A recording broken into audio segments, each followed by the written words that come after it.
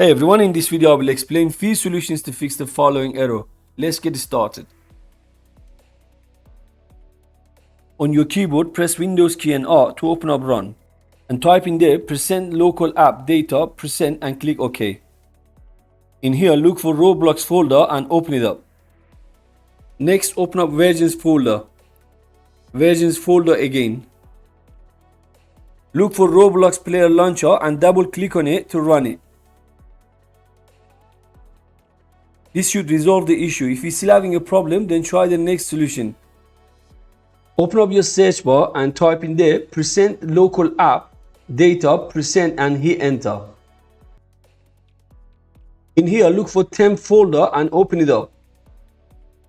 Then find Roblox folder and delete it.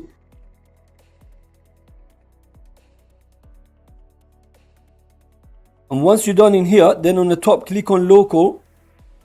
And in here, look for Roblox folder. And make sure to delete the folder.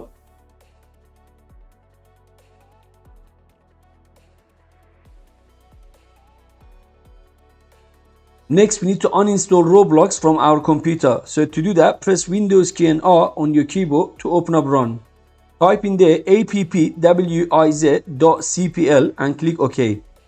Then the programs and features will open up. So in here, you need to uninstall the Roblox player.